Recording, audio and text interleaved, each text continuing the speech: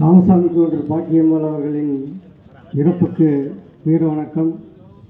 இன்று கொங்கு மண்டலத்தில் உள்ள அனைத்து பகுதிகளிலும் இருந்து இந்த கண்டன ஆர்ப்பாட்டத்திற்கு வருகை தந்துள்ள அனைவருக்கும் வணக்கத்தை பதிவு செய்கிறேன்.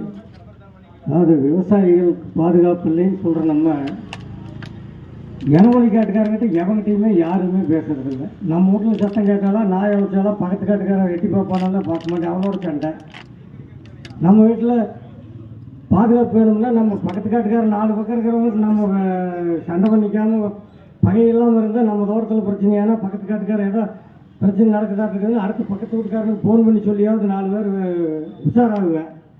அதுக்கு இல்லை, இன்னைக்கு ஏற்கனவே எந்த நேரம் என்ன பழமொழி சொல்லுவாங்க, இளவை எப்போ சாவேன் தின்ன எப்போ காலியாகும்னு சொன்ன மாதிரி பக்கத்து காட்டுக்காரனை அமுத்துறதே வேலையாக இருக்குது நம்ம ஆளுங்களுக்கு நினைப்பு போகிறான்.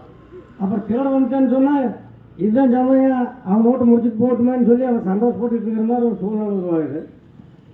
எல்லாருமே போலீஸ் பாதுகாப்பு அப்படிங்கிறது ஒவ்வொருத்தருடைய தோட்டத்துக்கு தனித்தனிப்பட்ட முறையில் பாதுகாப்பு கொடுக்க முடியாது. ஆனால் அதே சமயத்தில் போலீஸ் திருடனுக்கு முகமூடி போட்டு கூட்டிகிட்டு போகிற அவசியம் என்ன வந்ததுன்னு என்னுடைய கேள்வி. ஒரு திருடனுக்கு முகமூடி போட்டு கூட்டிகிட்டு போனால் அந்த திருடன் மறுநாளே பக்கத்து வீட்டுக்கு திருடன் வந்தால் உங்களுக்கு அடையாளம் தெரியுமா? இதே மோகன்மலை 4 ரோட்டில் இன்னைக்கு நைட்டு ஒரு கடையில் திருட்டு போயிட்டா அவனை முகமூடி போட்டு போலீஸ் கோர்ட்டுக்கு கூட்டிகிட்டு போனால் நாளைக்கு பக்கத்து கடையில் திருட வந்தானா அந்த கடைக்காரனுக்கு அடையாளம் தெரியுமா? இவன் தான் நேற்று திருடனவன்னு. ஏன் காவல்துறை அதிகாரிகள் திருடனுக்கு முகமூடி போட்டு கூட்டிகிட்டு போகிறீங்க? அவன் முகமூடி இல்லாமல் கூட்டிகிட்டு போகிற பொதுமக்கள் அனைவரும் அவனை அடையாளம் தெரிஞ்சுக்கிட்டு திருடனை அடையாளம் காட்டுறதுக்கு நீங்களே தயங்கினீங்கன்னா அப்புறம் எப்படி பொதுமக்கள் எப்படி திருடனை அடையாளம் கண்டுபிடிக்கிறது? ஒவ்வொரு ஊர்லேயும் எல்லா மாவட்டத்திலையும் ஊர்காவல் படை வச்சிருக்கிறாங்க.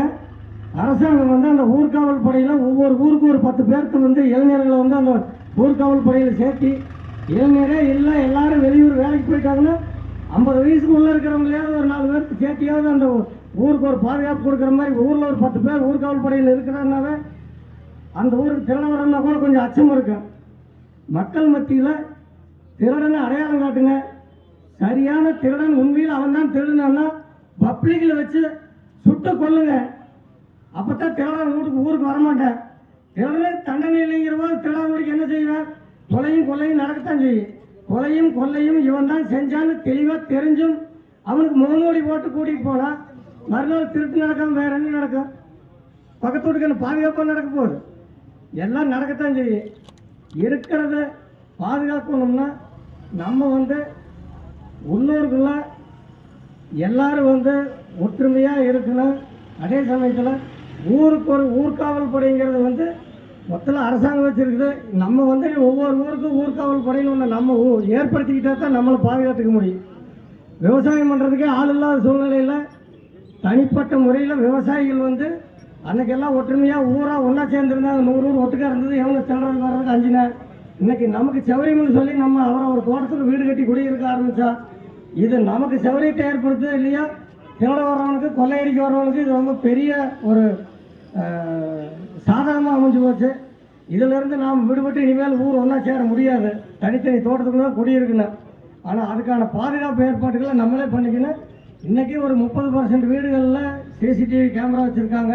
மீதி இருக்கிறவங்க கட்டாயம் ஒரு வீட்டில் சிசிடிவி கேமரா வைங்க. நகரத்தில் கடிக்கிற நாய் வளர்த்துனா தண்டனை கொடுக்குறேன். நீங்கள் அதே மாதிரி அந்த கடிக்கிற நாயை நம்ம நாட்டு நாய்கள் விட்டுட்டு வெளிநாட்டு நாய்கள் குட் சப்போர்ட் மாதிரி நல்ல நாய் எவன் வந்தாலும் நம்மளை தவிர வேறு எவன் வந்தாலும் கடிக்கிற மாதிரி நாய் வளர்த்துங்க. முன்னே பேசும்போது ஒருத்தர் சொன்னார் நண்பர், எந்த நாயை நம்பாதீங்க 4-5 நாய் வளர்த்துங்கனாங்க. அது கூட நம்ம நாட்டு நாய் வளர்த்தாதீங்க, வேறு அரிய வகை நாய்களை இனத்தை வாங்கி வளர்த்துங்க. ஒரு நாய்க்குட்டி 25,000 பரவாயில்ல வாங்கி வளர்த்துங்க. உயிரை விட நம்ம 25,000 பணம் பெருசில் நம்ம உயிர் முக்கியம். அனைவருக்கும் நன்றி, வணக்கம்.